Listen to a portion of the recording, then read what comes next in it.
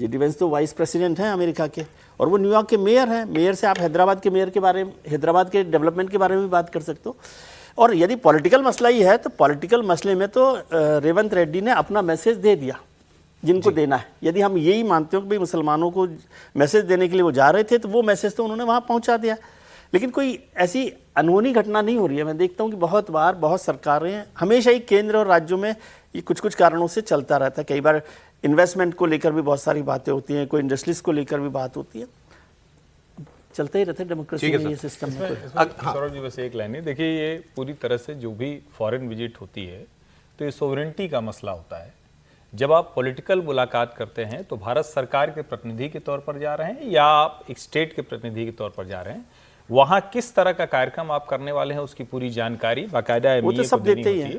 चूंकि इनकी जो जानकारी थी वो पूरी तरह से नहीं दी गई थी, जो एमईए ने डिनाई करते हुए बाकायदा एक बयान जारी किया है ना कि इन्होंने यूएस को लेकर ये बाकायदा इन्होंने जानकारी नहीं दी थी। जो जानकारी थी ये कह रहे हैं कि हम इसके लिए जा रहे हैं, लेकिन इनके कार्यक्रम की पूरी डिटेल नहीं थी, इसलिए वो क्लियरेंस नहीं। चले ठीक है। अगर एक खबर ये भी आज काफी चर्चा में है। राहुल गांधी की विदेश यात्रा को पता नहीं होता, रेवंत रेड्डी का तो पता रहे ना। राहुल गांधी को परमिशन नहीं लेनी पड़ती ना सर किसी से?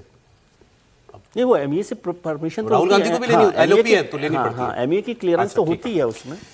आरटीआई से खबर आई है कि लुटियंस दिल्ली में जो हमारे मंत्रियों के बंगले हैं, इनके रख रखाव में 92 करोड़ रुपए साल 25-26 में खर्च हुए। 92 करोड़ 35 लाख ये मौजूदा फाइनेंशियल ईयर में खर्च हुए हैं। 2014-15 में ये खर्च था 27 करोड़ 47 लाख, 27.5 करोड़। तो ये लगभग 3 गुना हो गया 10 साल में, 11 साल में 27.5 करोड़ से 92 करोड़ ये खर्च जो है वो पहुंच गया है। और अगर आप पूरा 14-15 से लेके आज तक 25-26 टिल डेट इन पूरे 11-12 साल में टोटल खर्च हुआ है 547 करोड़ 68 लाख रुपए। कितने मंत्री रहते हैं आमतौर पर केंद्रीय मंत्री परिषद में? आमतौर पर 70 से 72 कैबिनेट मंत्री और राज्य मंत्री होते हैं। अब क्यों इतना खर्चा हुआ? ये 2014 के बाद पर ईयर अगर आप देखें तो 2014-15 में सबसे खर्चा जो हुआ था, उसके बाद सबसे ज्यादा खर्चा इसी फाइनेंशियल ईयर में हुआ है। पूरी डिटेल है, हर साल कितना कितना कितना खर्च किया गया, मगर इस साल ये सबसे ज्यादा खर्च हुआ है। अब ये बताया जा रहा है कि जो खर्चा है ये इसलिए किया गया क्योंकि एक तो महंगाई बढ़ गई और दूसरा सेंट्रल दिल्ली में बड़े कंपाउंड में बनी पुरानी इमारतों के रख रखाव में ज्यादा पैसा खर्च करना पड़ता है। सीपीडब्ल्यूडी करता है खर्च ये। अब वो ये भी कह रहे हैं कि कई बंगले तो 80, 90, 100 साल पुराने भी हैं लुटियंस दिल्ली के अंदर, तो उन सब की मेंटेनेंस में इतना खर्चा जो है वो आ रहा है। और अगर ये दावा सही है तो ये खर्चा तो हर साल बढ़ता ही जाएगा। अब ये केवल रखरखाव पे खर्चा हुआ है या साज सज्जा पे खर्चा? हाँ, ये अंतर करना पड़ेगा। रेनोवेशन में वो कह रहे हैं कि हाँ, बट वो कह रहे हैं ये स्ट्रक्चरल रेनोवेशन हैं, मतलब किसी मंत्री के विशेष किसी घर में कुछ लग गया हो, जैसे हम सुनते थे, अब वो नहीं रहे, बड़े चर्चित सांसद थे, उन्होंने घर में स्विमिंग पूल बना रखा था, लेकिन वो अपने पैसे से बनाया था उन्होंने। जैसे भी बनाया था अपने पैसे से, अब कौन जाने अपने पैसे से बनाया था। वो तो सीपीडब्ल्यूडी का हिसाब होता है ना, उसमें कोई कौन जाने जैसा नहीं होता। ठीक है, मगर इसमें ऐसी कोई डिटेल ये नहीं आई है कि कोई अनाप शनाप खर्चा किसी बंगले पर किया गया, लेकिन ये मेंटेनेंस पर इतना खर्च हो रहा है, ये बात है। सर एक बात तो ये देखिए, अभी हम लोग चुनावों के खर्च की बात कर रहे थे, बार बार चुनाव होते खर्च होता है, तो लोकतंत्र महंगी शासन प्रणाली है, इसका एक और प्रमाण है। संसद सत्र नहीं चला, हमने कहा कि प्रति मिनट इतना खर्चा हुआ, हमारे सांसदों पर कितना खर्चा होता है उसका एक और उदाहरण है, और वो क्या काम करते हैं बहस भी होनी चाहिए। अब ये बात आ रही है कि इनमें से कुछ बंगले 80 से 100 साल पुराने हैं, अब हम जो बना रहे हैं वो इतने साल चल पाएंगे क्या?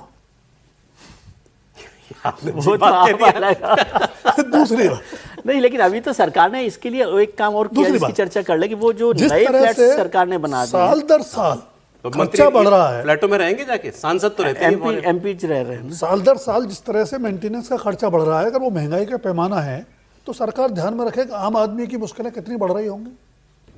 तीसरा, जो एमपीज के बारे में सोचा गया, मुझे लगता है उस लाइन पर सोचने की जरूरत मिनिस्टर्स के बारे में भी है। उनको डुप्लेक्स बना सकते हो, ट्रिप्लेक्स बना सकते हो, उनको नई बिल्डिंग बना के देना भविष्य की दृष्टि से, आर्थिक दृष्टि से, सुरक्षा की दृष्टि से बेहतर होगा। वो तो केजरीवाल जी ने साबित कर दिया ना सर, वो पॉसिबल नहीं है।